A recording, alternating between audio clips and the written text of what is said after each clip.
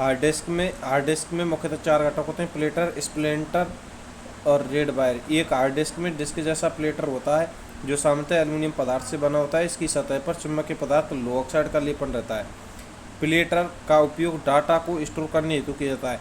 Platter का उपयोग किस लिए किया जाता है? प्लेटर का उपयोग डाटा को स्टोर करने हेतु किया जाता है। डाटा को स्टोर करने हेतु किया जाता है प्लेटर का उपयोग। यह एक हार्ड डिस्क में उपलब्ध प्लेटर को जोड़ने और आवश्यकता पड़ने पर उसे घुमाने हेतु स्पिंडल का उपयोग किया जाता है।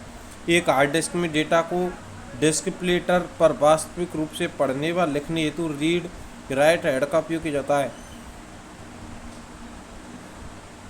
एक हार्ड डिस्क में डेटा को डिस्क प्लेटर पर वास्तविक रूप से पढ़ने या लिखने हेतु रीड राइट हेड का उपयोग किया जाता है। एक रीड राइट हेड के मूवमेंट को नियंत्रित करने तथा प्लेटर के मध्य डाटा ट्रांसफर को मॉनिटर करने हेतु छोटी मोटर का उपयोग किया जाता है, जिसे हेड एक्यूटर कहते हैं। अर्थात ये हेड को नियंत्रित करता है ताकि यह सही स्थान तक पहुंच सके। एक हार्ड डिस्क में डेटा को व्यवस्थित ढंग से स्टोर करने के लिए प्लेटर की सतह से ट्रैक और सेक्टर में विभाजित किया जाता है। डिस्क को ट्रैक एवं सेक्टर में बांटने की प्रक्रिया फॉर्मेटिंग कहा जाता है। एक हार्ड डिस्क में ट्रैक से तात्पर्य एक संकेंद्रीय वृत्त से है। एक हार्ड डिस्क में जो ट्रैक है ना, उससे तात्पर्य संकेंद्रीय वृत्त से है। प्रत्येक ट्रैक को बहुत सारे गोलाकार भाग में विभाजित किया जाता है और इन गोलाकार भाग को सेक्टर कहा जाता है। एक सेक्टर डिस्क पर संग्रहण की सबसे छोटी इकाई होती है। प्रत्येक सेक्टर 512 बाइट का होता है। यानी जो सेक्टर होते हैं ना, उसमें प्रत्येक सेक्टर कितने 512 बाइट का होता है। एक डिस्क में लगातार सेक्टर के समूह को क्लस्टर कहा जाता है। ऑप्टिकल डिस्क, प्रकाशीय डिस्क। ऑप्टिकल डिस्क एक संग्रहण माध्यम है जिसमें डाटा को रीड राइट करने हेतु लेजर तकनीक का उपयोग किया जाता है। ऑप्टिकल डिस्क जो होती है, ऑप्टिकल डिस्क, प्रकाशीय डिस्क। ऑप्टिकल डिस्क में एक संग्रहण माध्यम जिसमें डाटा को रीड एंड राइट करने हेतु लेजर तकनीक का उपयोग होता है। एक समतल वृत्ताकार डिस्क है जो पॉलीकार्बोनेट उसके समान पदार्थ से बनी होती है, जिसकी सतह पर ज़्यादा चमकीली होती है। इसका उपयोग डेटा को शेयरिंग, स्टोरेज और बैकअप हेतु किया जाता है। एक ऑप्टिकल डिस्क में डेटा को स्पाइरल रूप में स्टोर किया जाता है। एक डिस्क में डेटा को लिखने व कॉपी करने की प्रक्रिया को बर्निंग कहते हैं। एक ऑप्टिकल डिस्क में डेटा को स्पाइरल रूप में स्टोर किया जाता है। एक डिस्क में डेटा को लिखने एवं कॉपी करने की प्रक्रिया को बर्निंग कहा जाता है। एक डिस्क में डेटा को लिखने और कॉपी करने की प्रक्रिया को बर्निंग कहा जाता है। ठीक है। CD, DVD और BRD और HBD। ठीक है। CD, DVD, BRD और HBD। ठीक है। ऑप्टिकल डिस्क क्या है? CD कॉम्पैक्ट डिस्क होती है, 600 MB होती है, 600 MB और 700 MB। ठीक है। CD-ROM, DVD-ROM, GBDR, CDR, DVD compact disc rewritable, recordable, write one read only memory. Data pre record होता है जिसे केवल रीड किया जाता है, जिसमें डेटा को केवल एक बार रिकॉर्ड व राइट किया जाता है, जिसकी डेटा को इरेज तथा रीराइट किया जाता है, रीराइट किया जा सकता है। ठीक है। HBD, VRD ब्लू रे डिस्क होती है, 25 GB से 50 GB। नीली बैंगनी ब्लू वॉयलेट किरणों पर आधारित एक HD 4D हेतु होती है। ठीक है। तो CD कॉम्पैक्ट डिस्क होती है, DVD डिजिटल वर्सेटाइल डिस्क होती है, एक HBD होती है, BRD ब्लू रे डिस्क होती है, CD-ROM, RD, CDR, DVDR, CDRW, DVDR compact disc में डेटा को इरेज व रीराइट किया जा सकता है, डेटा को केवल एक बार रीड राइट किया जा सकता है। ये एक CD DVD की सतह पर छोटे छोटे गड्ढे पिट्स होते हैं जिन्हें समतल लैंड होते हैं। इसमें डेटा को लेजर किरणों की सहायता से पिट्स एवं लैंड्स के रूप में संग्रहित किया जाता है, जबकि BRD में नीली बैंगनी किरणों का उपयोग किया जाता है। BRD में किसका उपयोग किया जाता है? नीली बैंगनी किरणों का प्रयोग किया जाता है BRD में। CD में किरणों के साथ पिट्स व लेंस के रूप में संग्रहित किया जाता है, जबकि BRD में नीली बैंगनी किरणों का उपयोग किया जाता है। HBD होलोग्राफिक वर्सेटाइल डिस्क, यही एक उन्नत ऑप्टिकल स्टोरेज तकनीक है जिससे बड़े पैमाने पर संग्रहण के लिए डिजाइन किया जाता है। ये डेटा को होलोग्राफिक विधि 3D डिस्क में अंदर स्टोर होता है। इसकी स्टोरेज क्षमता 500 GB से लेकर 6 टेराबाइट तक होती है, 6 टेराबाइट तक होती है, तथा इसकी डेटा ट्रांसपोर्ट की गति 1 जीबीपीएस में होती है, 1 जीबीपीएस में होती है, 1 जीबीपीएस में होती है। ठीक है, HBD एक उन्नत ऑप्टिकल स्टोरेज तकनीक होती है जिसे बड़े पैमाने पर डेटा के संग्रहण के लिए डिजाइन किया जाता है। ये एक डेटा को होलोग्राफिक विधि में 3D में डिस्क के अंदर स्टोर करती है। इसकी स्टोरेज क्षमता 500 GB से लेकर 6 टेराबाइट तक होती है तथा इसकी ट्रांसपोर्ट की गति 1 जीबीपीएस व इससे अधिक होती है। फ्लैश मेमोरी यह एक प्रकार की इलेक्ट्रॉनिक एवं नॉन वॉलेटाइल मेमोरी है जिसे कंप्यूटर संग्रहण क्षमता माध्यम होती है। फ्लैश मेमोरी यही एक प्रकार की इलेक्ट्रॉनिक एवं नॉन वॉलेटाइल मेमोरी है। कंप्यूटर संग्रहण क्षमता का माध्यम है। इसमें डेटा को इलेक्ट्रिकली मिटाया व पुनः प्रोग्राम किया जा सकता है। इस मेमोरी का उपयोग मुख्यतः digital camera, camcorder, MP3 player, smartphone आदि में डेटा को स्थायी रूप से संग्रहित करने हेतु किया जाता है। Memory card, USB, SSD card. Example memory card, SD card में secure digital card, MMC multimedia card, pen drive, USB में यूनिवर्सल सीरियल बस होता है। पेन ड्राइव, USB का मतलब होता है pen drive. SSD solid state drive होता है। SSD का मतलब सॉलिड स्टेट, यही एक ठोस अवस्था संग्रहण माध्यम जो डेटा को स्टोर करने के लिए मेमोरी के रूप में इंटीग्रेटेड सर्किट असेंबलर का प्रयोग किया जाता है। SSD क्या है? SSD यह एक ठोस अवस्था संग्रहण का माध्यम जो डेटा को स्टोर करने के लिए मेमोरी के रूप में इंटीग्रेटेड सर्किट असेंबलर का उपयोग किया जाता है। इंटीग्रेटेशन, SSD में कोई भी मैकेनिकल भाग नहीं होता है। SSD में कोई भी मैकेनिकल भाग नहीं होता है जो मूव करता है। मेमोरी कार्ड होती है, USB होती है, फ्लैश ड्राइव होती है। मेमोरी कार्ड होता है, USB होता है, फ्लैश ड्राइव होता है। देखिए, मेमोरी स्थायी व अस्थायी दो प्रकार की होती है। उदाहरण के लिए रैम और कैच मेमोरी अस्थायी मेमोरी। भाई साहब इनमें तो वेरी मोस्ट या डायग्राम में थे, आपको कथन निष्कर्षण में तो आओ तो ये ठीक है। मेमोरी स्थायी व अस्थायी दो प्रकार की होती है। उदाहरण के लिए रैम और कैच मेमोरी जो है ये अस्थायी मेमोरी है, वॉलेटाइल मेमोरी है, डेटा मिट जाता है बिजली बंद होने पर। ठीक है, उदाहरण के लिए अस्थायी मेमोरी। वॉलेटाइल मेमोरी कौन सी है? Volatile memory RAM memory, cache memory. RAM memory, cache memory ये अस्थायी मेमोरी, वॉलेटाइल मेमोरी है। जबकि स्थायी नॉन वॉलेटाइल मेमोरी के अंदर रोम आती है, SSD, HDD, USB। इसमें रोम याद रखनी है कि रोम जो है ये स्थायी मेमोरी है, ये डेटा को सुरक्षित रहता है। मेमोरी की इकाइयाँ पढ़ेंगे। एक स्टोरेज डिवाइस को संग्रहित किए जाने वाले डेटा की अधिकतम मात्रा में संग्रहण क्षमता कहा जाता है। मेमोरी की इकाई एक स्टोरेज डिवाइस में संग्रहित किए जाने वाले डेटा की अधिकतम मात्रा को संग्रहण क्षमता कहा जाता है।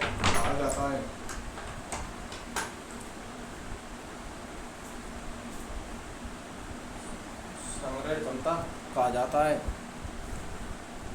संग्रहण क्षमता कहा जाता है। एक मेमोरी में डेटा को एक मेमोरी में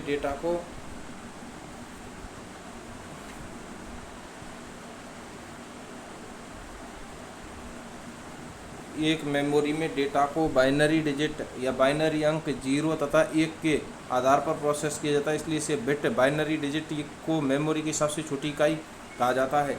ठीक है, एक स्टोरेज डिवाइस में संग्रहित किए जाने वाले डेटा को अधिकतम मात्रा संग्रहण क्षमता कहा जाता है। एक मेमोरी डेटा में बाइनरी डिजिट बाइनरी अंक प्रोसेस किया जाता है, इसलिए इसे बिट बाइनरी डिजिट की मेमोरी सबसे छोटी कहा जाता है। 4 बिट में 1 निबल होते हैं और 8 बिट में 1 बाइट होती है। 8 बिट में कितने बाइट होती हैं? 1 बाइट होती है। 1024 बाइट में 1 किलो बाइट होती है। 1 किलो के बाद megabyte, gigabyte, terabyte, petabyte, exabyte, zettabyte, yottabyte, brontobyte और जियोपेबाइट। कौन सी बाइट? जियोपेबाइट होती है। ठीक है, जियोपेबाइट होती है। आपको ये डायग्राम याद रखना होगा कि 4 बिट में 1 निबल होती है, 4 बिट में 1 निबल होती है, 8 बिट में 1 बाइट होती है, 1024 बाइट में 1 किलोबाइट होती है, 1024 किलोबाइट में 1 मेगाबाइट होती है, 20 मेगाबाइट में 1 गीगाबाइट होती है, 1024 गीगाबाइट में 1 टेराबाइट होती है, 1024 टेराबाइट में 1 पेटाबाइट होती है, 1024 पेटाबाइट में 1 हेक्साबाइट होती है, 1024 ईटाबाइट में 1 जेटाबाइट होती है, 1024 जेटाबाइट में 1 योटाबाइट होती है, 1024 योटाबाइट में 1 ब्रोनोटोबाइट होती है। परिधीय उपकरण ये कंप्यूटर में इनपुट, आउटपुट एवं स्टोरेज से संबंधित अलग से जुड़ने वाले संसाधनों को कंप्यूटर की पेरिफेरल डिवाइस कहा जाता है, जैसे प्रिंटर। परिधीय उपकरण एक कंप्यूटर में इनपुट, आउटपुट, स्टोरेज से संबंधित अलग से जुड़ने वाले संसाधनों को कंप्यूटर की पेरिफेरल डिवाइस कहा जाता है, जैसे प्रिंटर। परिधीय उपकरण क्या होता है? परिधीय उपकरण क्या होता है? परिधीय उपकरण एक कंप्यूटर में इनपुट व आउटपुट स्टोरेज से संबंधित अलग से जुड़ने वाले संसाधनों को कंप्यूटर की पेरिफेरल डिवाइस कहा जाता है। जैसे प्रिंटर, परिधीय उपकरण में जैसे प्रिंटर कहा जाता है। कंप्यूटर में इनपुट आउटपुट स्टोरेज संबंधी अलग से जुड़ने वाले या हार्डवेयर उपकरण होते हैं जो कंप्यूटर सिस्टम से जुड़े होते हैं लेकिन कंप्यूटर के मुख्य कार्यों का हिस्सा नहीं होता है, जो कंप्यूटर के सहायक उपकरण के रूप में कार्य करते हैं। ठीक है, और कंप्यूटर के सहायक उपकरण के रूप में कार्य करते हैं। एक कंप्यूटर में इनपुट व आउटपुट स्टोरेज से संबंधित अलग से जुड़ने वाले पेरिफेरल डिवाइस कहा जाता है। जैसे प्रिंटर,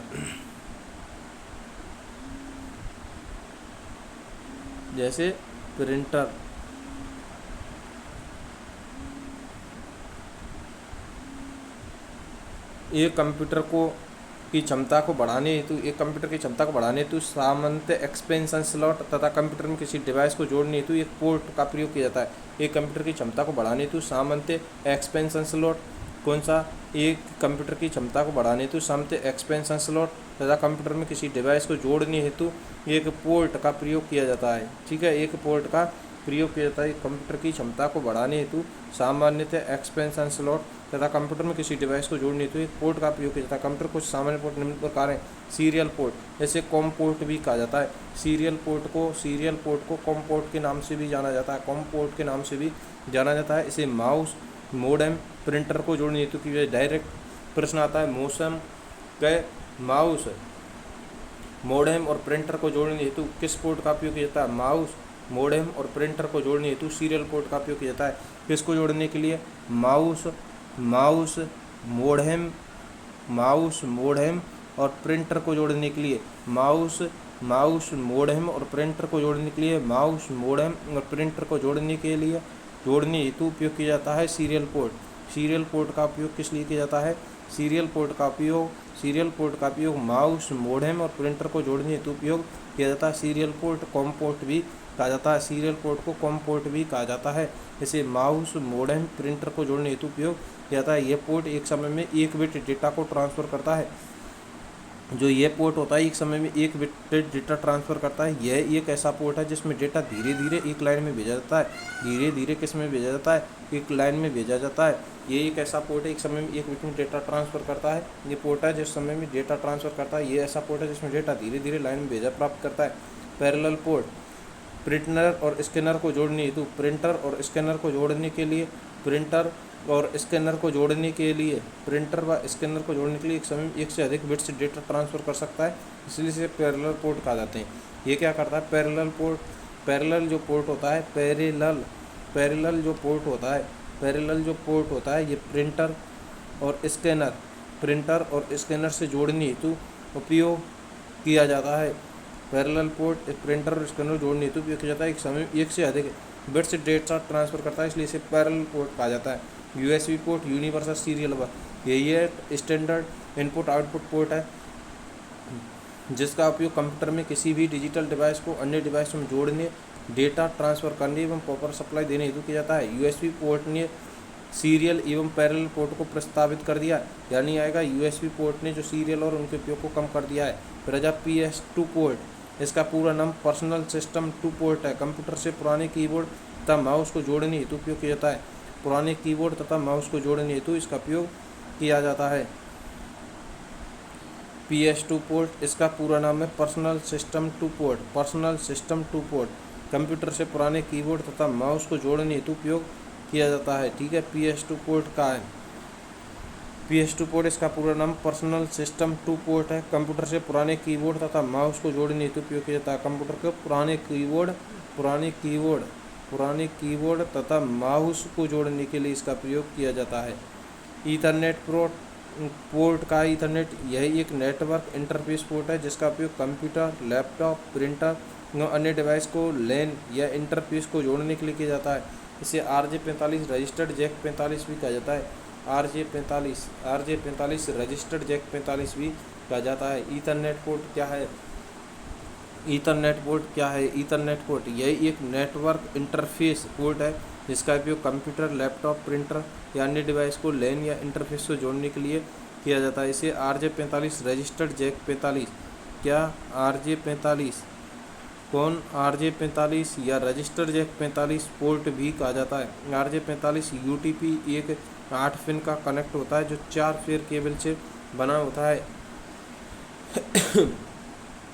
यानी जो ईथरनेट पोर्ट होता है यही एक नेटवर्क इंटरफेस पोर्ट है जिसका उपयोग कंप्यूटर में लैपटॉप, प्रिंटर या अन्य डिवाइस के लैन या इंटरफेस से जोड़ने के लिए किया जाता है। इसे RJ45 रजिस्टर्ड जैक पोर्ट भी कहता है। RJ45 UTP एक 8 पिन का कनेक्ट होता है 8 पिन का कनेक्ट होता है जिसे 4 पेयर केबल रूप में बनती है। BJ वीडियो ग्राफिक्स एरे, इसका उपयोग पुराने मॉनिटर प्रोजेक्ट को जोड़ने हेतु किया जाता है। यह एनालॉग सिग्नल के माध्यम से वीडियो डेटा को ट्रांसमिट करता है। VGA वीडियो ग्राफिक्स एरे, इसका उपयोग पुराने मॉनिटर प्रोजेक्ट को जोड़ने हेतु किया जाता है। यह एनालॉग सिग्नल के माध्यम से वीडियो डेटा को ट्रांसमिट करता है। वीडियो ग्राफिक्स एरे, इसका उपयोग पुराने मॉनिटर प्रोजेक्ट को जोड़ने हेतु किया जाता है। यह एनालॉग सिग्नल के माध्यम से वीडियो डेटा को ट्रांसमिट करता है। DVI डिजिटल वीडियो इंटरफेस, यही एक वीडियो आउटपुट इंटरफेस है जिसका उपयोग कंप्यूटर और मॉनिटर के मध्य क्वालिटी वीडियो सिग्नल ट्रांसफ़र करने के लिए किया जाता है। ये डिजिटल व एनालॉग सिग्नल दोनों को सपोर्ट करता है। ये डिजिटल वीडियो इंटरफेस जो है यही एक वीडियो डिजिटल वीडियो इंटरफेस है। यही एक वीडियो आउटपुट इंटरफेस है जिसका उपयोग कंप्यूटर और मॉनिटर के मध्य हाई क्वालिटी वीडियो सिग्नल को ट्रांसफ़र करने के लिए किया जाता है। ये डिजिटल व एनालॉग सिग्नल दोनों को सपोर्ट करता है।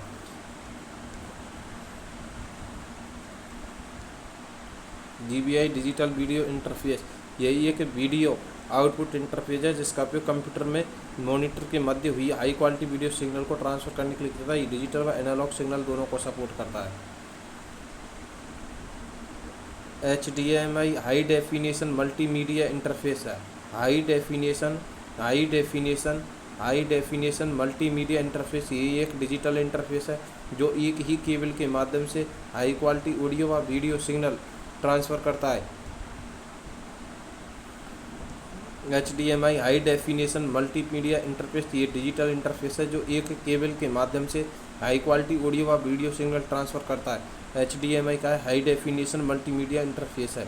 MIDI पोर्ट का है म्यूजिकल इंस्ट्रक्शन डिजिटल इंटरफेस, ये एक प्रकार का कम्युनिकेशन इंटरफेस जिसका उपयोग विशेष प्रकार के म्यूजिक प्रोग्राम को साउंड कार्ड जोड़ने हेतु किया जाता है। फायर वायर पोर्ट क्या है, यह पोर्ट IEEE 1394 में कहा जाता है। यह एक high speed data transfer port है जो कंप्यूटर और digital device, camera, hard drive और स्कैनर आदि के बीच डाटा संचार की सुविधा देता है।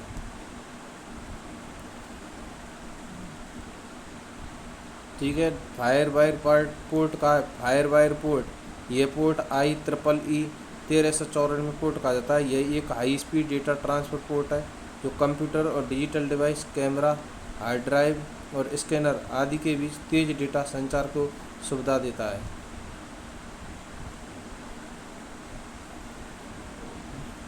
फायर वायर पोर्ट का है फायर वायर पोर्ट, इस पोर्ट को IEEE 1394 में कहा जाता है 1394 में कहा जाता है।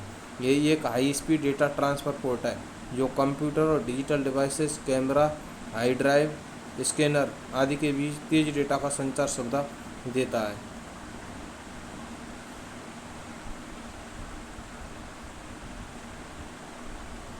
यह पोर्ट IEEE 1394 में कहा जाता है। यही एक high speed data transfer port है जो कंप्यूटर और digital device, camera, hard drive और स्कैनर आदि के बीच तेज सुविधा किया जाता है। सिस्टम बस क्या है, CPU और CPU से जुड़े भाग को आपस में संचार तथा डेटा को आदान प्रदान तारों के युग्म के माध्यम से करते हैं जिन्हें बस कहा जाता है। सिस्टम बस कहा जाता है। यह CPU और CPU से जुड़े भाग आपस में संचार तथा डेटा का आदान प्रदान तारों के युग्म के माध्यम से करते हैं जिन्हें बस कहा जाता है। कंप्यूटर बस एक डिजिटल संचार प्रणाली है जो कंप्यूटर के विभिन्न घटकों जैसे CPU, मेमोरी, इनपुट आउटपुट डिवाइसों के मध्य डेटा, एड्रेस, कंट्रोल सिग्नल को ट्रांसफ़र करने का काम करती है। एक प्रकार से ये रास्ता या चैनल है जिसके माध्यम से कंप्यूटर के अलग अलग हिस्से एक दूसरे से बात करते हैं। अलग अलग हिस्से क्या करते हैं, एक दूसरे से बात करते हैं। से जुड़े भाग माध्यम डेटा का आदान प्रदान करते हैं। बस कहा जाता है। कंप्यूटर बस एक डिजिटल संचार प्रणाली कंप्यूटर के विभिन्न घटकों जैसे CPU, memory, input output device के मध्य डेटा, एड्रेस, कंट्रोल सिग्नल को ट्रांसफर करने का काम करते हैं। एक प्रकार ये रास्ता जिसके माध्यम से अलग अलग हिस्से में एक दूसरे से बात करते हैं। एक कंप्यूटर सिस्टम बस मुख्यतः तीन प्रकार की होती है। कौन कौन सी होती है? एक डाटा बस होती है। सीपीयू तथा अन्य उपकरण इनपुट आउटपुट मेमोरी के मध्य डेटा का आदान प्रदान करने हेतु काम में आती है। डेटा बस द्वारा सिस्टम की वर्ड लेंथ ज्ञात की जाती है। एक द्विदिशीय बाई डायरेक्शनल होती है, अर्थात दोनों तरफ डेटा का आदान प्रदान होता है। एड्रेस बस क्या है? मेमोरी एड्रेस को लेकर जाता है। ये सीपीयू में ये बताता है कि कौन सी मेमोरी लोकेशन का उपयोग करना है। ये द्विदिशीय होती है। क्या होती है? द्विदिशीय होती है। एड्रेस बस जो होती है ये मेमोरी एड्रेस को लेकर जाता है। यह सीपीयू से ये बताता है कि कौन सी मेमोरी लोकेशन का उपयोग करना है। ये द्विदिशीय होती है। कंट्रोल बस कंट्रोल तथा टाइमिंग सिग्नल को लेकर जाती है। ये सभी नियंत्रक सिग्नल भेजता है। और रीड राइट इंटरप्ट होता है कंट्रोल बस।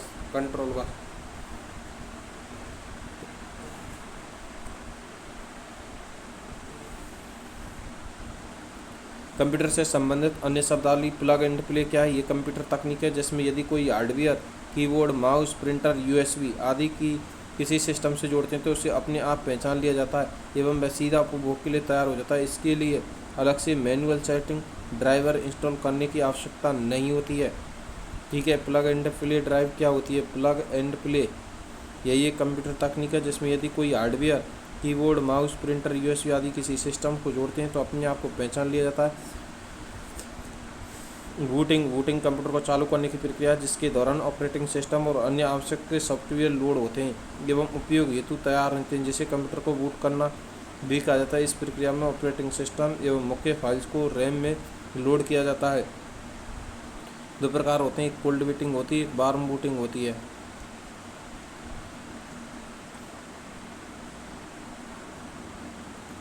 बूटिंग कंप्यूटर को चालू करने की प्रक्रिया जिसके दौरान ऑपरेटिंग सिस्टम अन्य आवश्यक सॉफ्टवेयर लोड होते हैं। ठीक है। अन्य सॉफ्टवेयर लोड होते हैं। बूटिंग के क्या प्रकार हैं? बूटिंग के दो प्रकार हो गए हैं। बूटिंग के दो प्रकार होते हैं। कोल्ड बूटिंग के दो प्रकार होते हैं। ठीक है साहब। एक कोल्ड बूटिंग होती है और एक वार्म बूटिंग होती है। Cold booting, warm booting. Cold booting क्या होती है? ये पूर्ण रूप से बंद कंप्यूटर को चालू करने की प्रक्रिया कोल्ड बूटिंग कराते हैं। कोल्ड बूटिंग के दौरान एक जांच प्रक्रिया होती है जिसे post power on self test कहते हैं। कोल्ड बूटिंग के दौरान क्या होती है? एक पोस्ट होती है जिसे पावर ऑन सेल्फ टेस्ट कहते हैं। पावर ऑन सेल्फ टेस्ट कहा जाता है। वार्म बूटिंग चालू कंप्यूटर को लगातार पावर सप्लाई के साथ बंद करके पुनः चालू करने की प्रक्रिया को वार्म बूटिंग कहा जाता है। अर्थात ये कंप्यूटर को रीस्टार्ट व रिवोट करती है।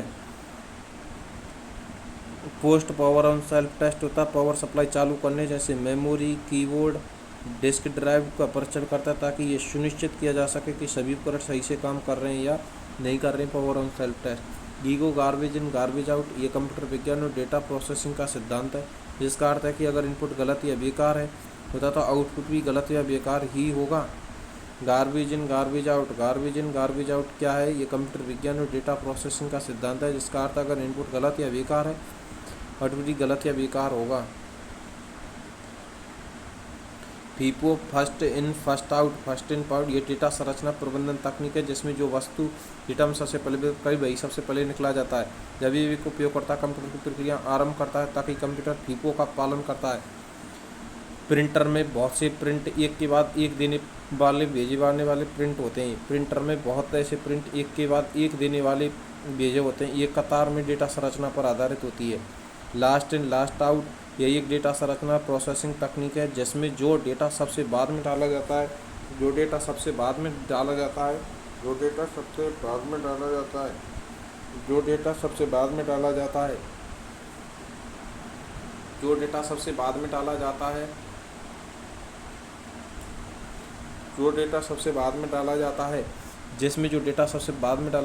पहले निकलता आता है स्टैक ढेर डेटा संरचना पर आधारित है। ये browser history undo operation.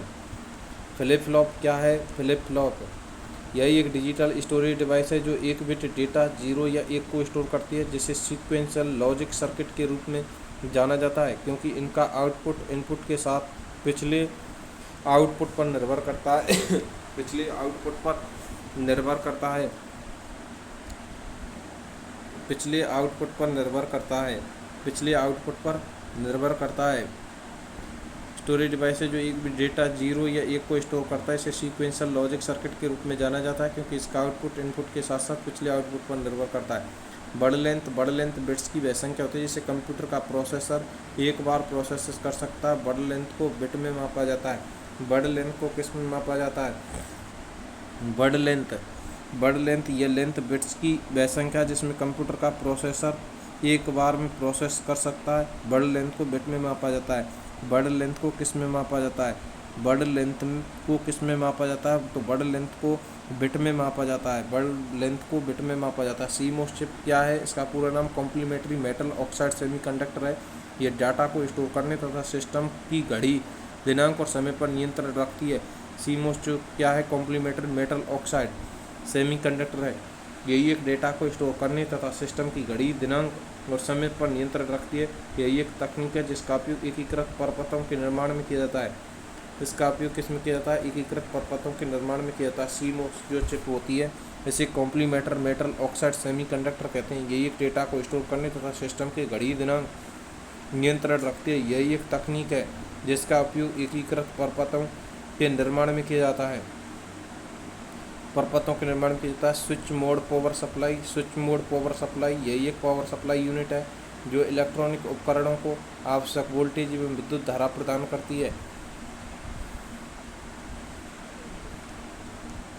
SMPS switch mode power supply यही एक पावर सप्लाई यूनिट है जो इलेक्ट्रॉनिक उपकरणों को आवश्यक वोल्टेज एवं विद्युत धारा प्रदान करती है। ये विभिन्न वोल्टेज तारों +5V, +12V, -12V तथा आउटपुट प्रदान करती है।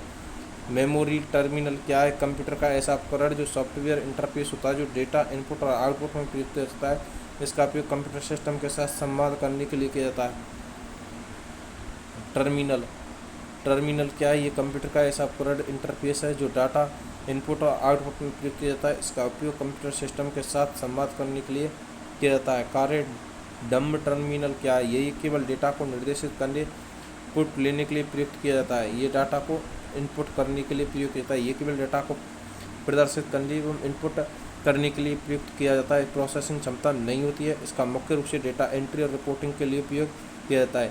इंटेलिजेंट टर्मिनल ये मुख्यतः डेटा प्रोसेसिंग, GUI जैसे अनुप्रयोग के लिए उपयोग किया जाता है। इसमें एक CPU होता है जो कुछ सीमा तक डेटा प्रोसेसिंग कर सकता है, जटिल कार्यों को करने में सक्षम है। उदाहरण कंप्यूटर। इंटेलिजेंट टर्मिनल क्या है? एक मुख्यतः डेटा प्रोसेसिंग, GUI जैसे अनुप्रयोगों को एक CPU होता है, सीमा तक डेटा प्रोसेसिंग कर सकता है कार्यक्रम में। सर्वर टर्मिनल यह सर्वर से कनेक्ट रहता है तथा नेटवर्किंग और सर्वर प्रबंधन के लिए उपयोग किया जाता है। सर्वर संसाधनों का उपयोग करता है। Server terminal networking. Server terminal जो है ये सर्वर को कनेक्ट रहता है। ये नेटवर्किंग और सर्वर प्रबंधन के लिए उपयोग होता है। सर्वर संसाधनों का उपयोग करता है। क्लाइंट टर्मिनल ये एक नेटवर्क व अन्य कंप्यूटर में जुड़कर डेटा प्रदर्शित करता है।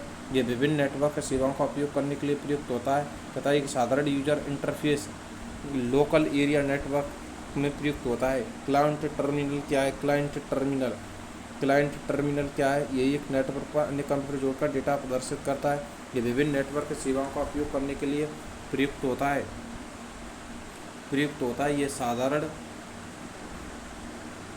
ये साधारण यूजर इंटरफेस लेन पर आधारित होता है। साधारण यूजर इंटरफेस पर आधारित होता है जी।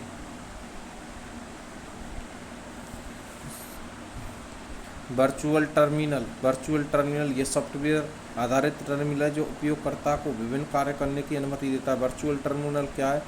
यही एक सॉफ्टवेयर आधारित टर्मिनल है।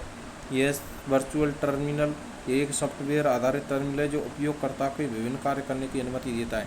यह कंप्यूटर के ऑपरेटिंग सिस्टम में पाया जाता है जो आमतौर पर यूनिक्स लिनक्स सिस्टम में उपयोग किया जाता है, जहां उपयोगकर्ता विभिन्न कमांड लाइन इंटरफेस का उपयोग कर सकते हैं।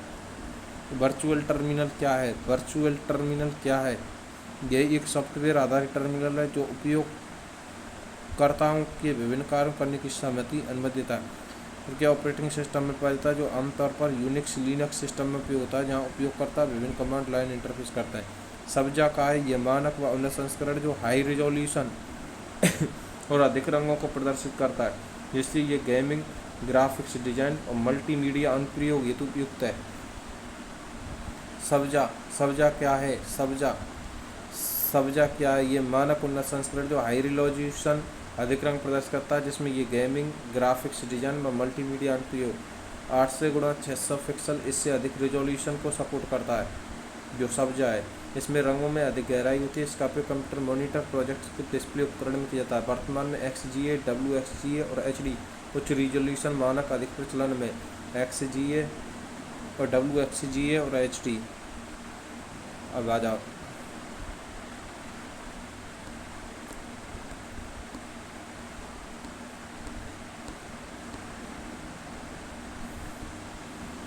एक निबल तुल्य है। एक निबल में क्या क्या होते हैं? 8 बिट होते हैं या 4 बाइट होते हैं या 16 बिट होते हैं। तो ध्यान रखना, एक निबल में भाई साहब 4 बिट होते हैं, जबकि 8 बिट में 1 बाइट होती है। 8 बिट में 1 बाइट होती है। कैच मेमोरी किन दोनों के बीच कार्य करती है? कैच मेमोरी किन दोनों के मध्य कार्य करती है? वेरी वेरी मोस्ट है। ये कई पटवारी 2017 के एग्जाम में आता है कि कैच मेमोरी किन दोनों के बीच कार्य करती है। तो कैच मेमोरी CPU और जो रैम होती है, CPU व रैम जो होती है, इनके मध्य कार्य करती है। डायरेक्ट प्रश्न बनेगा क्या कि कैच मेमोरी किन दोनों के मध्य कार्य करती है? तो कैच मेमोरी CPU और रैम के मध्य कार्य करती है। कैच मेमोरी CPU व रैम के मध्य कार्य करती है। बूटिंग अनुदेश संग्रहित होते हैं। बूटिंग जो इंस्ट्रक्शन संग्रहित कहाँ होते हैं? तो रोम में होते हैं। बूटिंग अनुदेश संग्रहित कहाँ होते हैं? वेरी वेरी मोस्ट है। ये दोनों कैच मेमोरी किन दोनों के बीच होती है? तो कैच मेमोरी CPU और रैम के मध्य होती है। बूटिंग अनुदेश संग्रहित कहाँ होते हैं? बूटिंग जो अनुदेश संग्रहित होते हैं वो रोम में होते हैं। कहाँ होते हैं? रोम में होते हैं भाई साहब। खाली जगह को एक निश्चित समय अंतराल के बाद रिफ्रेश करने की आवश्यकता होती है। किसको होती है? तो डायनेमिक जो रैम होती है, इसको एक निश्चित समय के बाद रिफ्रेश करने की आवश्यकता होती है। वेरी वेरी मोस्ट को एक निश्चित समय अंतराल के बाद रिफ्रेश करने की आवश्यकता होती है। तो रिफ्रेश करने की आवश्यकता किसे होती है? डायनेमिक जो रैम होती है, डायनेमिक रैम जो होती है, इसको रिफ्रेश करने की आवश्यकता होती है। डायनेमिक रैम को रिफ्रेश करने की आवश्यकता होती है। डायनेमिक रैम को रिफ्रेश करने की आवश्यकता होती है। एक हार्ड डिस्क टेक्स्ट एवं खाली जगह को विभाजित किया जाता है। किसमें? सेक्टर्स में विभाजित। एक हार्ड डिस्क टेक्स्ट को सेक्टरों में विभाजित किया जाता है। अच्छा, निम्न में से कौन सी मेमोरी प्रोसेसर मेमोरी की गति के असंतुलन को न्यूनतम करने के लिए प्रयुक्त की जाती है? वेरी वेरी मोस्ट प्रश्न कि निम्न में से कौन सी मेमोरी प्रोसेसर मेमोरी की गति असंतुलन को न्यूनतम करने के लिए प्रयुक्त की जाती है? तो वो कैश मेमोरी है। कौन सी मेमोरी है? Cache memory. निम्न में से कौन सी मेमोरी प्रोसेसर मेमोरी की गति के असंतुलन को न्यूनतम करने के लिए प्रयुक्त की जाती है? तो वो कैश मेमोरी होती है।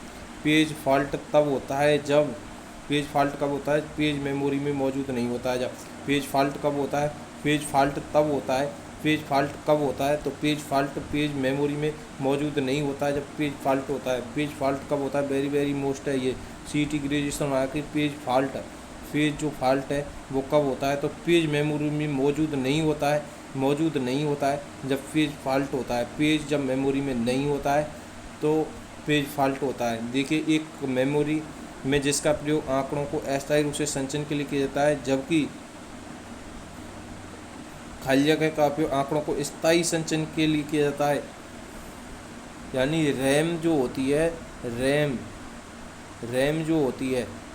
होती है इसका प्रयोग आंकड़ों को अस्थायी रूप से संचयन करने के लिए, जबकि जो रोम होती है उसका स्थायी संचयन के लिए किया जाता है, जो कि परिवर्तित मिटाए नहीं जा सकते। ये वेरी वेरी मोस्ट प्रश्न है कि जो रैम होती है इसमें जो डाटा हैं, आंकड़े हैं, वो अस्थायी रूप से होते हैं, जबकि रोम में स्थायी रूप से। स्टोरेज स्पेस के आकार के अनुसार निम्नलिखित में से कौन सा विकल्प अवरोही क्रम में? स्टोरेज स्पेस के आकार पर अवरोही क्रम में, तो अवरोही क्रम का मतलब है घटता हुआ क्रम। तो हमारी कौन सी जो है घटता हुआ? स्टोरेज स्पेस के आकार पर। स्टोरेज जो स्पेस है वो सर्वाधिक मेगा किलो किस में होगा? स्टोरेज सबसे अधिक किस में होगा? तो मेगाबाइट में, किलोबाइट में, बाइट और निबल और सबसे कम निबल में होगा और सबसे अधिक इस बाम चार्ट में मेगाबाइट में होगा। आभासी मेमोरी एक मेमोरी प्रबंधन तकनीक है जहाँ क्या होता है, द्वितीयक मेमोरी का मुख्य मेमोरी के रूप में प्रयोग किया जाता है।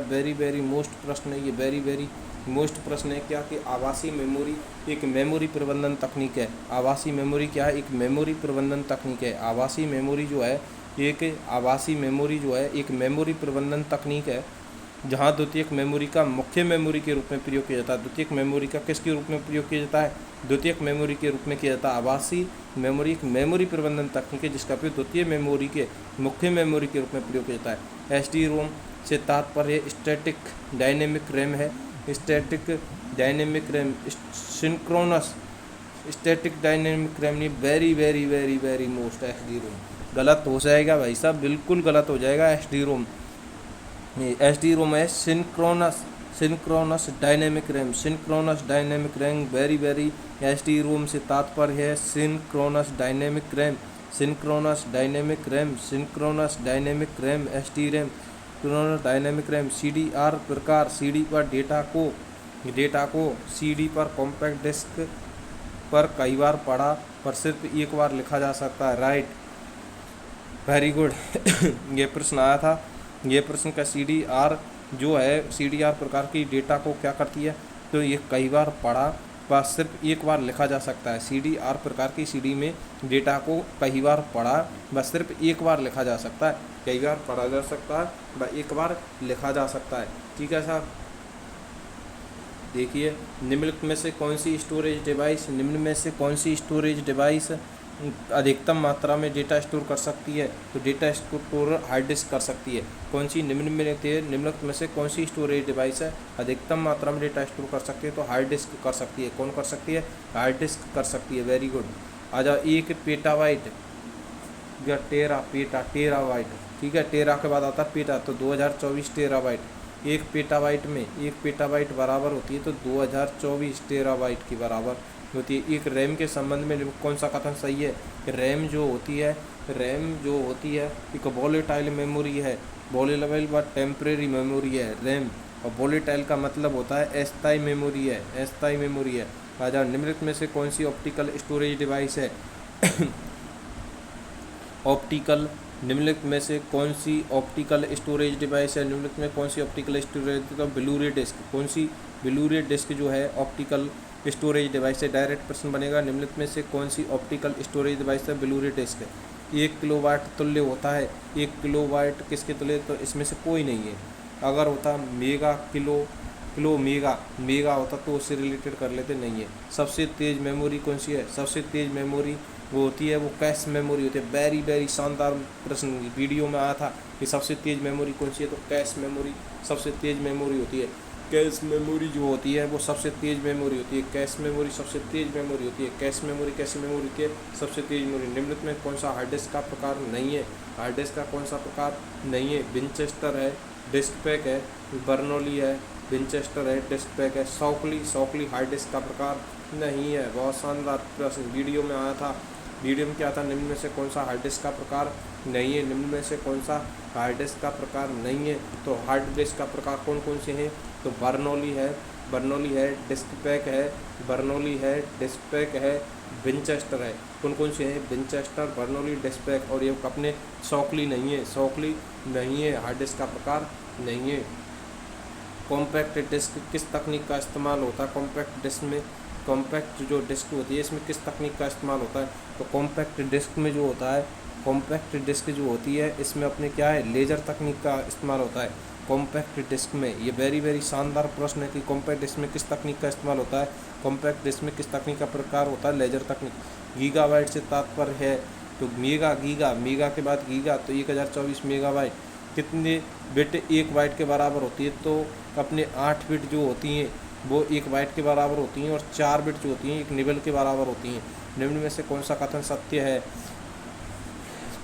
सत्य है, द्वितीयक भंडारण इकाइयों की तुलना में प्राथमिक भंडारण इकाइयों का एक्सेस टाइम तेज एवं भंडारण क्षमता कम होती है। वेरी शानदार प्रश्न कि जो द्वितीय भंडारण इकाई है ना की तुलना में प्राथमिक भंडारण इकाइयों में जो एक्सेस टाइम है ना वो तेज होता है, लेकिन भंडारण क्षमता प्राथमिक में कम होती है। ठीक है साहब, ये वेरी सही है। फिर है द्वितीयक भंडारण इकाइयाँ गैर वाष्पशील नॉन वोलेटाइल भंडारण होती हैं। गैरवाष्पशील का मतलब इन्हें उड़ाया नहीं जा सकता, ये स्थायी होती हैं। वेरी शानदार, क्योंकि एचडीडी में स्थायी मेमोरी, जबकि प्राथमिक भंडारण इकाइयाँ क्रमिक अधिगम सीक्वेंशियल एक्सेस करती हैं, बिल्कुल नहीं करती हैं। ठीक है, तो देखा कि सत्य कथन कौन कौन से हैं। तो अपने द्वितीयक भंडारण इकाइयों की तुलना में प्राथमिक भंडारण इकाइयों में एक्सेस भंडारण क्षमता कम होती है। द्वितीय भंडारण इकाई गैरवाष्पशील नॉन वाली, ये दोनों कथन सही हैं। निम्न में से कौन सा मुख्य मेमोरी में प्रयोग होता है? मुख्य मेमोरी में क्या प्रयोग होता है? तो मुख्य मेमोरी में प्रयोग होता है डी रैम का प्रयोग मुख्य मेमोरी में किया जाता है। वेरी शानदार प्रश्न। निम्न में से कौन सी मुख्य मेमोरी में प्रयोग होता है? तो डी रैम का प्रयोग मुख्य मेमोरी में प्रयोग होता है। तो डी रैम का प्रयोग मुख्य मेमोरी के रूप में होता है। कैच मेमोरी किन दोनों के बीच कार्य करती है? तो कैच मेमोरी सीपीयू और रैम के मध्य कार्य करती है। बेहद शानदार प्रश्न कि कैच मेमोरी किन दोनों के बीच कार्य करती है? तो सीपीयू और रैम के मध्य कार्य करती है। ये प्रश्न आया था, कैच मेमोरी किन दोनों के बीच कार्य करती है? तो सीपीयू व रैम के मध्य कार्य करती है। निम्नलिखित भंडारण किस में डेटा की सबसे बड़ी राशि स्टोर कर सकते हैं? तो अपने किस में? हार्ड डिस्क में डेटा की सबसे बड़ी वो कर सकते हैं। कौन सी मेमोरी जो प्रति सेकंड कई बार रिफ्रेश किया जा सकता है? तो कई बार डायनेमिक रैम को किया जाता है। सीडी रोम किससे प्रदर्शित होती है? CD ROM compact disc read only memory से प्रदर्शित होती है। सीडी रोम किससे प्रदर्शित होती है? Compact disc read only memory से होते हैं।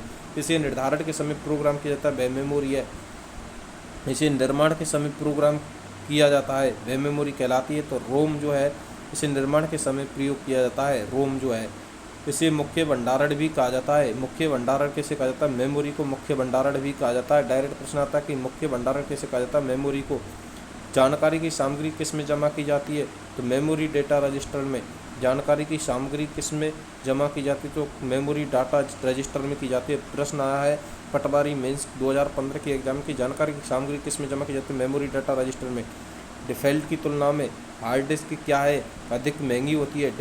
डिस्केट की तुलना में क्या होता है? हार्ड डिस्क अधिक महंगी होती है। बेहद शानदार प्रश्न क्या कि डिस्केट की तुलना में हार्ड डिस्क क्या होती है? अधिक महंगी होती है। पटवारी 2021 की जो शिफ्ट सेकंड थी उसमें आता है कि डिस्केट की तुलना में हार्ड डिस्क अधिक महंगी होती है। गतिक रैम में भंडारित सूचनाओं को नियमित रिफ्रेश करना होता है। भाई साहब डायरेक्ट आता है प्रश्न, गतिक रैम में, वेरी शानदार, गतिक रैम में भंडारित सूचनाओं को करना जरूरी है। तो नियमित रिफ्रेश करना जरूरी है भाई साहब गतिक रैम में। निम्न में से किसे सेकेंडरी स्टोरेज की एक प्रारूप के तौर पर नहीं जाना जाता है? तो किसको? ऑप्टिकल डिस्क को जाना जाता है, फ्लॉपी डिस्क को, हार्ड डिस्क को। जबकि रैम को सेकेंडरी स्टोरेज डिवाइस के रूप में नहीं जाना जाता है। और किसको जाना जाता है? सेकेंडरी स्टोरेज, हार्ड डिस्क को, फ्लॉपी डिस्क को, ऑप्टिकल डिस्क को। निम्न में से कौन सी स्टोरेज की सबसे बड़ी इकाई है? तो टेराबाइट इनमें वर्तमान में दी गई सबसे बड़ी इकाई है। इसमें जो ऑप्शन दे रखे हैं टेराबाइट। रैम कहाँ पर स्थित होती है? रैम मदरबोर्ड पर स्थित होती है। डायरेक्ट प्रश्न बनता है कि रैम कहाँ पर स्थित होती है? तो मदरबोर्ड पर स्थित होती है। निम्न में से कौन सी ठोस अवस्था स्टोरेज डिवाइस का एक उदाहरण नहीं है? तो उदाहरण नहीं है, स्टोरेज डिवाइस का उदाहरण नहीं है। तो क्या नहीं है? डीवीडी रोम जो है स्टोरेज डिवाइस का उदाहरण नहीं है। मेमोरी कार्ड है, यूएसबी फ्लैश ड्राइव है। डीवीडी रोम जो है ठोस अवस्था में स्टोरेज डिवाइस का उदाहरण नहीं है। डीवीडी रोम उदाहरण नहीं है। तो ठोस अवस्था में स्टोरेज का मेमोरी कार्ड है, यूएसबी फ्लैश ड्राइव है। वेरी शानदार प्रश्न है, इसको भूल सकते हैं कि निम्न में से कौन सी ठोस अवस्था में स्टोरेज डिवाइस का एक उदाहरण नहीं है? तो अपने क्या नहीं है? डीवीडी रोम नहीं है, यूएसबी फ्लैश ड्राइव है, मेमोरी कार्ड है, ये है। इनमें से ये तो कोई मतलब है ही नहीं ऑप्शन। मेमोरी कार्ड है, यूएसबी फ्लैश टच है, लेकिन जो डीवीडी रोम है ये तुम्हारा उदाहरण नहीं है ठोस अवस्था में स्टोरेज डिवाइस का। डीवीडी रोम 1 मेगावाट वास्तव में 1024 किलोवाट है। 1024 किलोवाट होती है। देखिए, एक मैग्नेटिक डिस्क के बारे में निम्न में से कौन सा कथन सत्य नहीं है? कौन सा कथन सत्य नहीं है पूछा है। मैग्नेटिक डिस्क का एक्सेस टाइम मैग्नेट टेप की तुलना में बहुत कम होता है। वेरी शानदार, ये सही है कि मैग्नेट डिस्क का जो एक्सेस टाइम है वो मैग्नेटिक टेप की तुलना में बहुत कम होता है। डिस्क में क्या है? कम होता है, लेकिन टेप से क्या है तुलना में बहुत कम होता है। इसका मैग्नेट टेप का ज़्यादा होता है। देखिए, ये मैग्नेट टेप की अपेक्षा महंगी होती है, टेप की अपेक्षा महंगी होती है भाई साहब। जबकि मैग्नेटिक टेप की अपेक्षा मैग्नेटिक डिस्क महंगी होती है। सही है, ये भी कथन सही है। मैग्नेटिक डिस्क की जो एक्सेस टाइम मैग्नेटिक टेप की तुलना में बहुत कम होता है एक्सेस टाइम, ये भी सही है, महंगी भी होती है। मैग्नेटिक टेप केवल अनुक्रमिक एक्सेस देता है, गलत, ये गलत है, ये प्रश्न एक्सेस नहीं देता है। ये रैम के लिए निम्न में से क्या सत्य नहीं है? रैम एक अस्थायी भंडारण क्षेत्र है। रैम के लिए निम्न में से क्या सत्य नहीं है? रैम एक अस्थायी भंडार क्षेत्र है। अस्थायी है ना, रैम तो अस्थायी भंडार क्षेत्र है, सही है। तो रैम हार्ड डिस्क भंडार के समान ही है, सही है। रैम हाशी है, रैम में भंडार सूचना चली जाती है जब आप कंप्यूटर को बंद कर देते हैं, ये भी सही है। रैम हाशी है, ये अस्थायी भंडारण क्षेत्र है, रैम हाशी है, और रैम हार्ड डिस्क भंडारण के समान ही है। रैम ये डाउट में ही है प्रश्न भाई, क्योंकि ये अस्थायी भंडारण ही होता है। क्योंकि non volatile memory hard disk को टेक्स्ट में विभाजित किया जाता है, जिन्हें आगे सेक्टरों में विभाजित किया जाता है। ठीक है, ये प्रश्न मेमोरी चैप्टर के थे। अब देखिए आगे का जो चैप्टर है वो कौन सा चैप्टर है। देखिए हम पहुंच गए 28 पेज पर। ठीक है, सॉफ्टवेयर है, इसके बाद सॉफ्टवेयर चैप्टर है। ठीक है साहब, सॉफ्टवेयर चैप्टर को देखते हैं कि सॉफ्टवेयर चैप्टर में क्या है।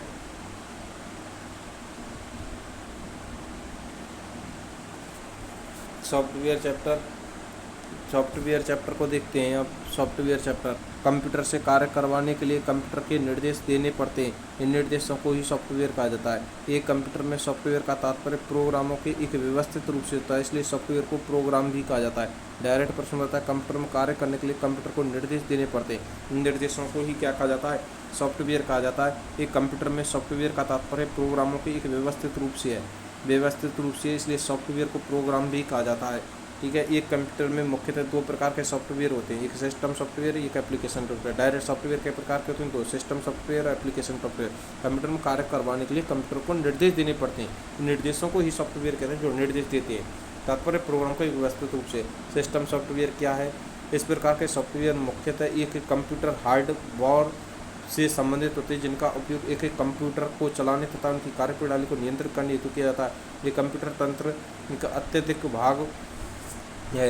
सिस्टम सॉफ्टवेयर क्या है? ये एक प्रकार का सॉफ्टवेयर मुख्यतः कंप्यूटर हार्डवेयर से संबंधित होता है, जिनका उपयोग एक कंप्यूटर को चलाने में कार्यप्रणाली नियंत्रित करने हेतु किया जाता है। ये कंप्यूटर तंत्र का एक अनावश्यक भाग है। सिस्टम सॉफ्टवेयर में निम्नलिखित प्रोग्राम सम्मिलित हैं। कौन कौन से सिस्टम सॉफ्टवेयर में? यानी इस प्रकार का सॉफ्टवेयर जो कंप्यूटर हार्डवेयर से संबंधित होता है, जिनका उपयोग कंप्यूटर को चलाने तथा इनकी कार्यप्रणाली को नियंत्रित करने हेतु किया जाता है, कंप्यूटर तंत्र का अत्यधिक आवश्यक भाग है। सिस्टम सॉफ्टवेयर में निम्नलिखित प्रोग्राम सम्मिलित होते हैं। सिस्टम सॉफ्टवेयर में क्या होता है? निम्नलिखित प्रोग्राम सम्मिलित होते हैं। एक ऑपरेटिंग सिस्टम होता है, यूटिलिटी प्रोग्राम होता है, एक भाषा संदर्भ लैंग्वेज ट्रांसलेटर होता है, एक प्रोग्रामिंग भाषा होती है। ये चीज़ याद रखनी होगी। निम्नलिखित में से सिस्टम सॉफ्टवेयर में कौन कौन से शामिल होते हैं? ऑपरेटिंग सिस्टम, यूटिलिटी सिस्टम, भाषा संदर्भ लैंग्वेज ट्रांसलेटर होता है, प्रोग्रामिंग लैंग्वेज होती है, लैंग्वेज ट्रांसलेटर होता है, यूटिलिटी प्रोग्राम होता है, और ऑपरेटिंग सिस्टम, यूटिलिटी प्रोग्राम, भाषा संदर्भ लैंग्वेज ट्रांसलेटर, प्रोग्रामिंग भाषा। ऑपरेटिंग सिस्टम क्या है? ऐसे प्रोग्रामों का समूह जो कंप्यूटर के समस्त कार्यों का संचालन करते हैं ऑपरेटिंग सिस्टम कहलाते हैं। यह कंप्यूटर तथा उपयोगकर्ता के मध्य एक माध्यम या योजक कड़ी का कार्य करते हैं। डायरेक्ट तथा ऑपरेटिंग सिस्टम क्या कार्य करते हैं? ऐसे प्रोग्रामों का समूह है जो कंप्यूटर के समस्त कार्यों का संचालन करते हैं, ऑपरेटिंग सिस्टम कहलाता है। यानी ऐसे प्रोग्रामों का समूह है जो कंप्यूटर के समस्त कार्यों का संचालन करते हैं, ऑपरेटिंग सिस्टम कहलाता है। ये कंप्यूटर तथा उपयोगकर्ता के मध्य एक माध्यम या योजक कड़ी का कार्य करते हैं। ऑपरेटिंग सिस्टम दो प्रकार का होता है। सिंगल यूजर ऑपरेटिंग सिस्टम, ये केवल एक यूजर का प्रबंधन करता है, जैसे MS-DOS व विंडो। ये क्या है? सिंगल यूजर ऑपरेटिंग सिस्टम है। MS-DOS जो है, MS-DOS और विंडो, MS-DOS और विंडोज़ जो हैं, MS-DOS व विंडोज़ जो हैं, ये सिंगल यूजर ऑपरेटिंग सिस्टम है, सिंगल यूजर ऑपरेटिंग सिस्टम है। MS-DOS क्या है?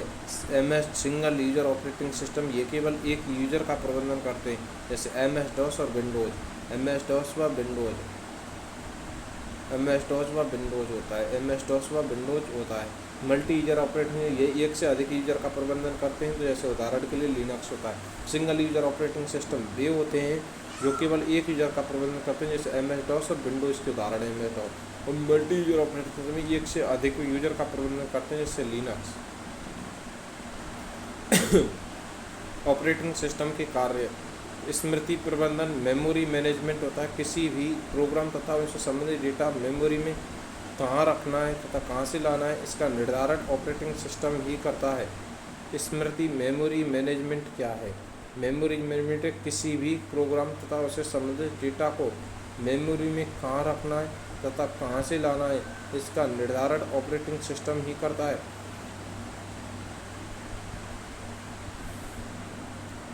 ऑपरेटिंग सिस्टम के कार्य स्मृति मेमोरी मैनेजमेंट किसी भी प्रोग्राम तथा उससे संबंधित डेटा को मेमोरी में कहाँ रखना है, कहाँ से लाना है, इसका निर्धारण ऑपरेटिंग सिस्टम ही करता है।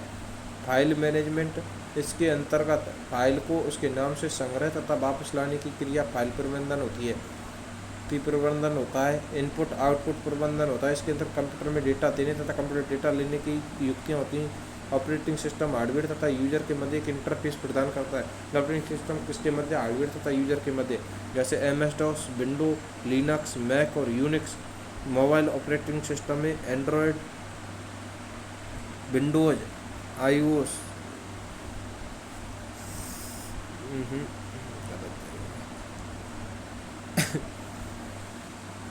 हार्डवेयर तथा यूजर के मध्य इंटरफेस प्रदान करते हैं। MS-DOS, Windows, Linux, Mac, Unix आदि मोबाइल ऑपरेटिंग सिस्टम जैसे एंड्रॉयड, विंडोज और iOS।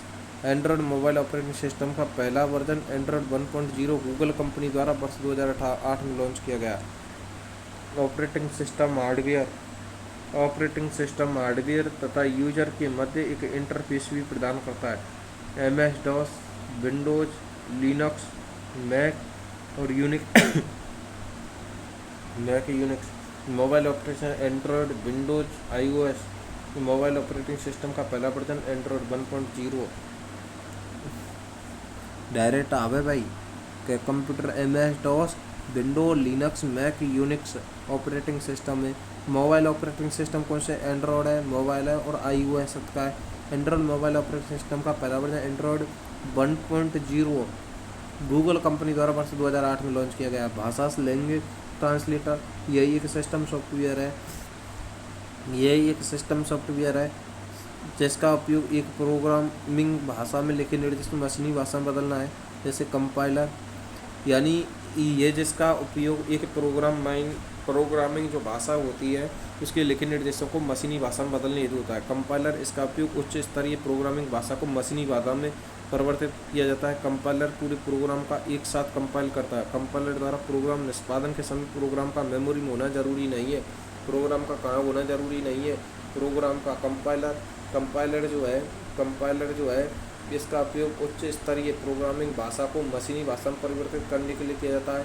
कंपाइलर पूरे प्रोग्राम को एक साथ कंपाइल करता है। कंपाइलर द्वारा प्रोग्राम निष्पादन के समय प्रोग्राम का मेमोरी में होना जरूरी नहीं है। ठीक है साहब। कंपाइलर इसका उपयोग उच्च स्तरीय प्रोग्रामिंग भाषा को मशीनी भाषा में परिवर्तित करने के लिए किया जाता है।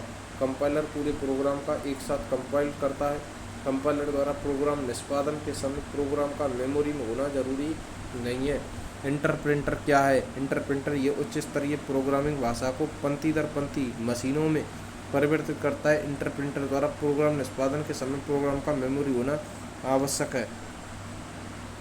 ठीक है। इंटरप्रेटर क्या है? इंटरप्रेटर ये उच्च स्तरीय प्रोग्रामिंग भाषा को पंक्ति दर पंक्ति मशीनी भाषा में परिवर्तित करता है। इंटरप्रेटर द्वारा प्रोग्राम निष्पादन के समय प्रोग्राम मेमोरी होना आवश्यक है।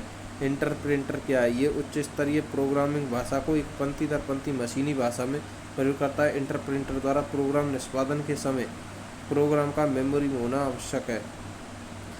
असेंबलर का है? ये तक है। इंटरप्रेटर ये उच्च स्तरीय भाषा को एक पंक्ति दर पंक्ति मशीनी भाषा में परिवर्तित करता है, तो उनके समय प्रोग्राम को मेमोरी होना आवश्यक है। असेंबलर असेंबली भाषा में लिखे प्रोग्राम को मशीनी भाषा में परिवर्तित करता है। असेंबलर एक बार में एक पंक्ति में परिवर्तित करता है। असेंबलर जो होता है ये असेंबली भाषा में लिखे प्रोग्राम को मशीनी भाषा में परिवर्तित करता है। असेंबलर एक बार एक पंक्ति में परिवर्तित करता है। यूटिलिटी प्रोग्राम, यह प्रोग्राम कंप्यूटर में विभिन्न भागों के रखरखाव तथा मरम्मत का कार्य करता है, जैसे disk recovery program, data backup program आदि। यूटिलिटी जो प्रोग्राम होता है ये प्रोग्राम कंप्यूटर के विभिन्न भागों में रखरखाव तथा मरम्मतों कार्य डिस्क डेटा बैकअप प्रोग्राम करता है। यूटिलिटी प्रोग्राम, ये प्रोग्राम कंप्यूटर के विभिन्न भागों में रखरखाव तथा मरम्मत का कार्य करता है। डिस्क रिकवरी प्रोग्राम, ये सॉफ्टवेयर कंप्यूटर पर किसी न किसी प्रकार की सुविधा प्रदान करते हैं तो इन्हें यूटिलिटी सॉफ्टवेयर कहते हैं। सॉफ्टवेयर कंप्यूटर किसी न किसी सुविधा प्रदान करते हैं, इन्हें यूटिलिटी सॉफ्टवेयर कहा जाता है। ये निम्न कार्यों के लिए प्रयोग में लाए जाते हैं। हार्ड डिस्क को सही रखने के लिए स्कैन डिस्क, ठीक है। हार्ड डिस्क को गतिशील बनाए रखने के लिए डिस्क डिफ्रेगमेंटर, फाइलों को बैकअप लेने व बैकअप को पुनः कंप्यूटर पर डालने के लिए रिस्टोर प्रदान, डिस्क पर अधिक आंकड़े स्थापित करने के लिए कंप्रेसिंग प्रोग्राम, कंप्यूटर पर वायरस की जांच व उसे हटाने के लिए एंटीवायरस प्रोग्राम, ठीक है। क्या होता है, हार्ड डिस्क को सही रखने के लिए स्कैन डिस्क, हार्ड डिस्क को गतिशील बनाए रखने के लिए डिस्क डिफ्रेगमेंटर, फाइल को बैकअप लेने व बैकअप को पुनः डालने के लिए अधिक आंकड़े स्थापित करने के लिए कंप्यूटर वायरस जांच कर। प्रोग्रामिंग भाषा क्या है, एक कंप्यूटर में किसी भी कार्य को करने हेतु एक प्रोग्राम में प्रयोग किया जाता है। एक प्रोग्रामिंग भाषा में लिखे निर्देशों को व्यवस्थित समूह कहते हैं। प्रोग्राम के निर्देशों को लिखने हेतु एक भाषा में प्रयोग किया जाता है, जिसे प्रोग्रामिंग भाषा कहते हैं। कंप्यूटर में प्रोग्रामिंग भाषा मुख्यतः 2 प्रकार की होती है, यानी प्रोग्रामिंग भाषा 2 प्रकार की होती है। प्रोग्रामिंग भाषा किसी भी कार्य करने के प्रोग्राम को प्रोग्रामिंग भाषा लिखे निर्देशों व्यवस्थित समूह प्रोग्रामिंग निर्देशों का होती है। निम्न स्तरीय लो लेवल लैंग्वेज, इस प्रोग्रामिंग भाषा के अंतर्गत लिखे जाने वाले प्रोग्राम एक हार्डवेयर पर आधारित होते हैं, अर्थात एक हार्डवेयर पर लिखे गए प्रोग्राम को समान रूप से अन्य हार्डवेयर पर चलाया नहीं जा सकता। ये 2 प्रकार की होती हैं।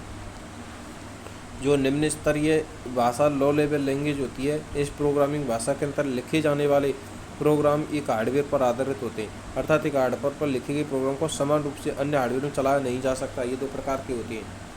कौन से 2 प्रकार के होते हैं निम्न स्तरीय भाषा जो लो लेवल लैंग्वेज?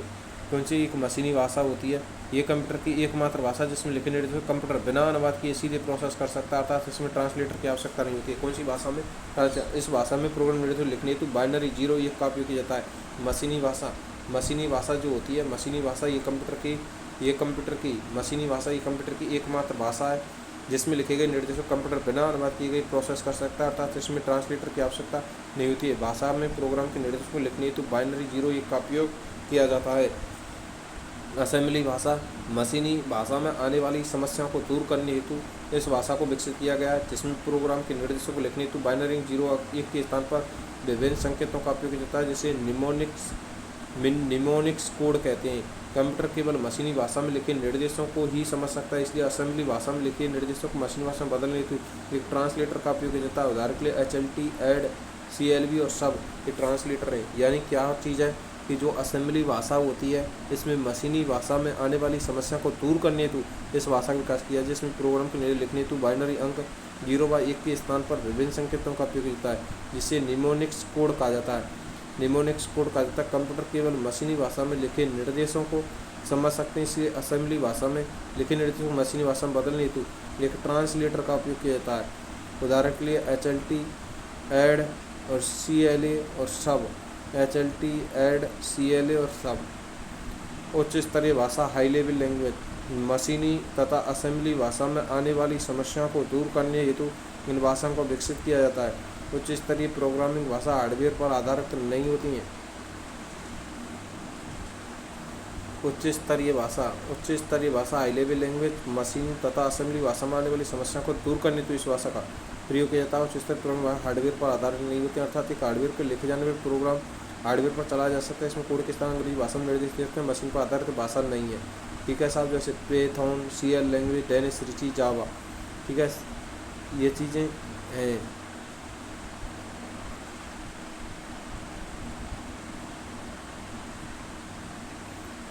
C++HTML देखिए, उच्च स्तरीय भाषा मशीनी तथा असेंबली भाषा में आने वाली समस्या को दूर करने हेतु इसका विकास किया। उच्च स्तरीय प्रोग्राम भाषा हार्डवेयर पर आधारित नहीं था, अर्थात एक हार्डवेयर पर लिखे गए प्रोग्राम समान रूप से हार्डवेयर पर चलाया जा सकता है। भाषा जैसे पाइथन, सी लैंग्वेज किसने विकास किया है? सी लैंग्वेज का विकास वेरी शानदार प्रश्न है। सी लैंग्वेज का विकास डेनिस रिची ने किया। Java, C++, HTML hyper text markup language, HTML का hyper text markup language. Prolog, programming logic, ये कृत्रिम बुद्धि आर्टिफिशियल संबंधित भाषा है। डायरेक्ट आता है प्रोलॉग क्या है? प्रोग्रामिंग लॉजिक है। ये कृत्रिम बुद्धि आर्टिफिशियल इंटेलिजेंस संबंधित भाषा है। फोरट्रॉन क्या है, फॉर्मूला ट्रांसलेशन है, यानी ध्यान रखना प्रोलॉग जो है प्रोग्रामिंग लॉजिक है। प्रोग्रामिंग लॉजिक है, ये कृत्रिम बुद्धि आर्टिफिशियल इंटेलिजेंस संबंधित भाषा है। फोरट्रॉन फॉर्मूला ट्रांसलेशन यह प्रथम विकसित उच्च स्तरीय भाषा है। फोरट्रॉन क्या है, ये प्रथम उच्च स्तरीय भाषा है।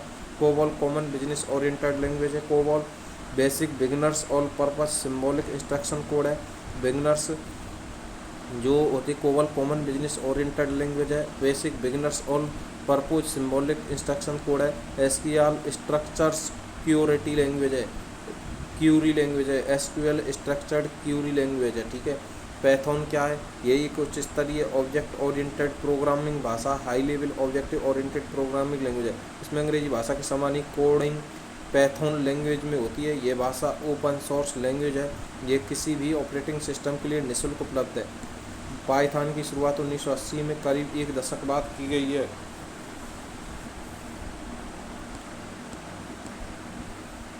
है, ठीक है साहब। पैथॉन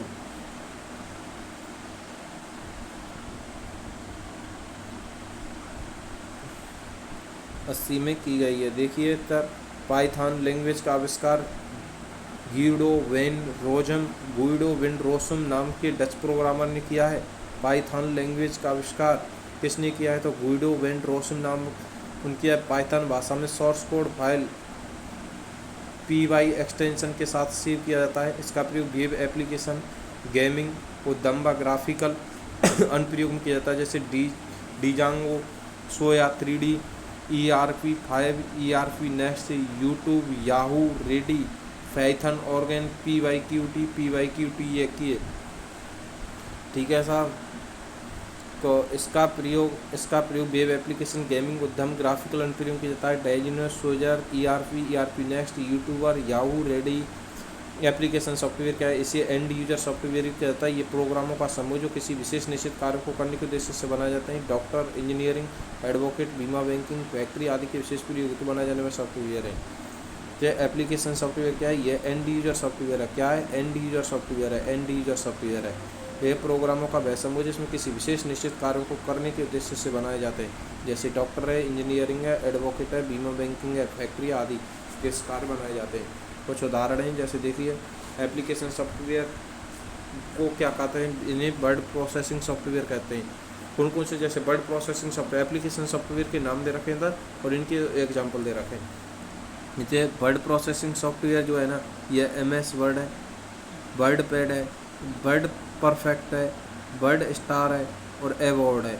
ये क्या है, सभी वर्ड प्रोसेसिंग सॉफ्टवेयर हैं। वर्ड प्रोसेसिंग सॉफ्टवेयर में कौन कौन से, MS वर्ड है, वर्ड पैड है, वर्ड परफेक्ट है, वर्ड यूजर है और एवॉर्ड है। प्रेजेंटेशन सॉफ्टवेयर में MS पावरपॉइंट, कैनवास, लेंडस और पॉवर्टन है, ठीक है। क्या है, प्रेजेंटेशन सॉफ्टवेयर जो है ना, इसमें MS वर्ड तो वर्ड प्रोसेसिंग में जाएगा। जो प्रेजेंटेशन सॉफ्टवेयर है ना, MS पावरपॉइंट में जाएगा, कैनवास जाएगा, लूडस जाएगा और पावरट्रॉन भी प्रेजेंटेशन में जाएगा, लूडस भी जाएगा, कैनवास भी जाएगा, MS पावरपॉइंट। स्प्रेडशीट सॉफ्टवेयर तो MS एक्सेल कैसा सॉफ्टवेयर है, स्प्रेडशीट सॉफ्टवेयर है। लोटस 1, 2, 3 और क्यूट्रो प्रो ये भी स्प्रेडशीट सॉफ्टवेयर। डायरेक्ट प्रश्न बनेगा कि जो MS एक्सेल है, MS एक्सेल कैसा सॉफ्टवेयर है, स्प्रेडशीट। और MS पावरपॉइंट का सॉफ्टवेयर प्रेजेंटेशन सॉफ्टवेयर है। लोटस 1, 2, 3 का स्प्रेडशीट है, क्यूरेंट्रो। Database software MS Excel direct आता है। डेटाबेस सॉफ्टवेयर कौन है, MS एक्सेल जो है डेटाबेस सॉफ्टवेयर है। मेलिंग सॉफ्टवेयर क्या है, MS आउटलुक एक्सप्रेस है, ठीक है साहब। मेलिंग सॉफ्टवेयर क्या है, mailing software MS Outlook Express है। Designing software computer aided design है। DTP desktop publishing software Corel है और पेज मेकर है। Corel DTP desktop publishing software है, कोरेल है और पेज मेकर है। फाइल कंप्रेशन सॉफ्टवेयर विंजपे और विंडरार है, ठीक है। काका है फाइल कंप्रेशन सॉफ्टवेयर विंजपे और विंडरार है। वेब ब्राउज़र सॉफ्टवेयर इंटरनल है, एक्सप्लोरर है, गूगल है, क्रोम है, ओपेरा है, मोजेरिक है, मोजालिक है, फायरफॉक्स है, नेस्लैप्स है, नेविगेटर सफारी है, माइक्रोसॉफ्ट एज है।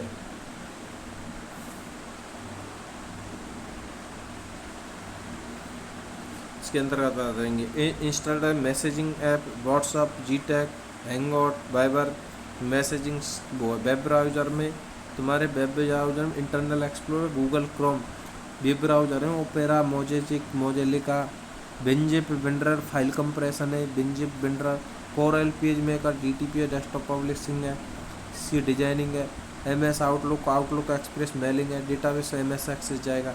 देखिए एक सॉफ्टवेयर के अंतर्गत आने वाली किसी भी प्रकार की त्रुटि को बग, जबकि उसे ढूंढने तथा हटाने की प्रक्रिया को डिबगिंग कहा जाता है। वेरी शानदार प्रश्न, वेरी शानदार प्रश्न क्या है कि एक सॉफ्टवेयर के अंतर्गत जो आने वाली किसी भी प्रकार की त्रुटि को क्या कहा जाता है, यानी एक सॉफ्टवेयर के अंतर्गत आने वाली किसी भी प्रकार की त्रुटि को बग कहा जाता है। ठीक है साहब, बग कहा जाता है, जबकि उसे ढूंढने तथा हटाने की प्रक्रिया को डिबगिंग कहा जाता है। डिबगिंग कहा जाता है, डायरेक्ट आता है, जबकि उसमें हटाने की प्रक्रिया को डिबगिंग कहा जाता है। ऐसे सॉफ्टवेयर जिन्हें खरीदने से पहले एक निश्चित समय तक फ्री में उपयोग से लेकर देखा जा सकता है शेयरवेयर कहलाते हैं। यानी ऐसे सॉफ्टवेयर जिन्हें खरीदने से पहले एक निश्चित समय तक फ्री में उपयोग लेते हैं शेयरवेयर सॉफ्टवेयर कहलाते हैं। ऐसे सॉफ्टवेयर जिन्हें उपयोग में लेने हेतु खरीदने की आवश्यकता नहीं होती, अर्थात हमेशा फ्री में उपलब्ध होते हैं, हमेशा फ्री में उपलब्ध होते हैं। ऐसे सॉफ्टवेयर जिन्हें उपयोग में लेने हेतु खरीदने के लिए आवश्यकता नहीं करता, हमेशा फ्री में उपलब्ध होते हैं। फ्रीवेयर सॉफ्टवेयर उपलब्ध संसाधन हानि पहुँचाते हैं, डाटा का चोरी करने हेतु उपयोग में लिया जाता है, उन्हें मालवेयर कहते हैं। वेरी ऐसे सॉफ्टवेयर जिन्हें एक कंप्यूटर में उपलब्ध संसाधन हानि पहुँचाने, डाटा चोरी करने हेतु उपयोग में लिया जाता है, उन्हें मालवेयर सॉफ्टवेयर कहते हैं।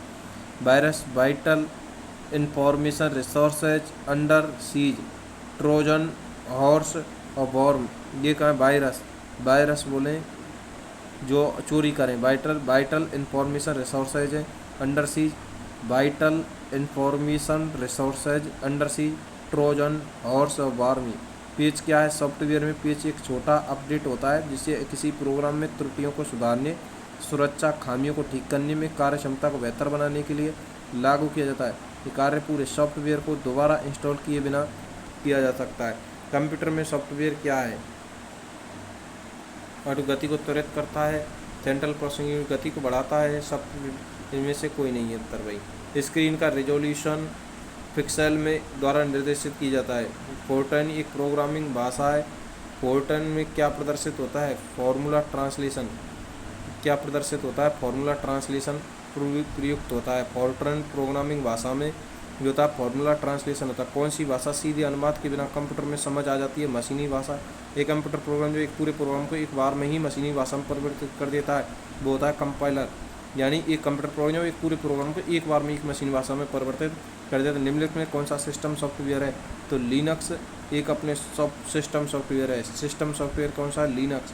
लिनक्स किस भाषा में लिखा गया? तो लिनक्स किस भाषा में लिखा गया? सी भाषा में डायरेक्ट आएगा। लिनक्स किस भाषा में लिखा गया?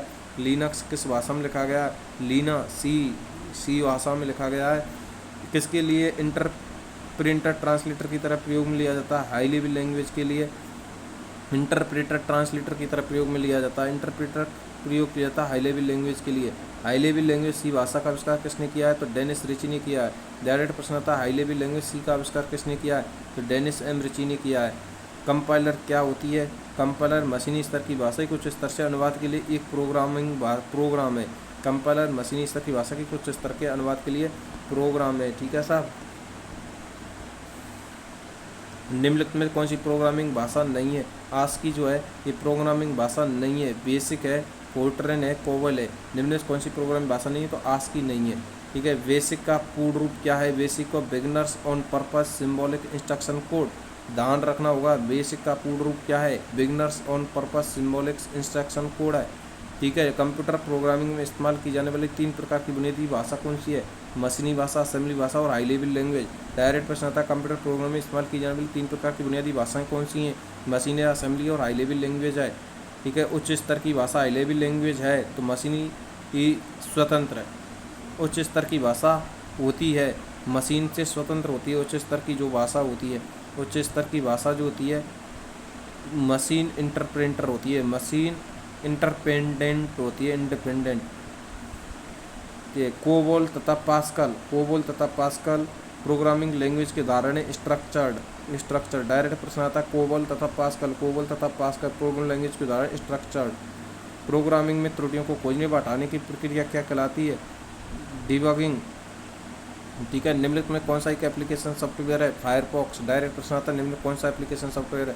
फायरफॉक्स जो है एक सिस्टम सॉफ्टवेयर है। फायरफॉक्स जो है ये क्या है? फायरफॉक्स क्या है? फायरफॉक्स क्या है? तो फायरफॉक्स जो है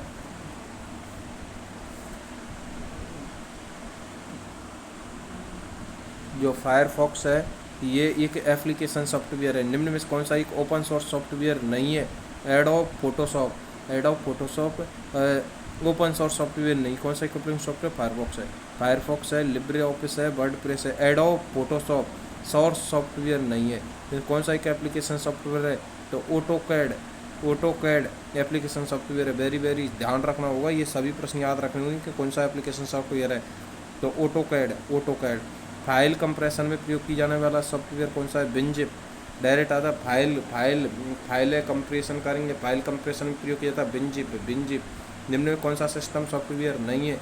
ब्राउजर रखा है, वो सिस्टम सॉफ्टवेयर नहीं है। लिनक्स है, एंड्रॉयड है, विंडोज है। ब्राउजर क्या है? सिस्टम सॉफ्टवेयर नहीं है। निम्न में कौन सा एक सिस्टम सॉफ्टवेयर नहीं है?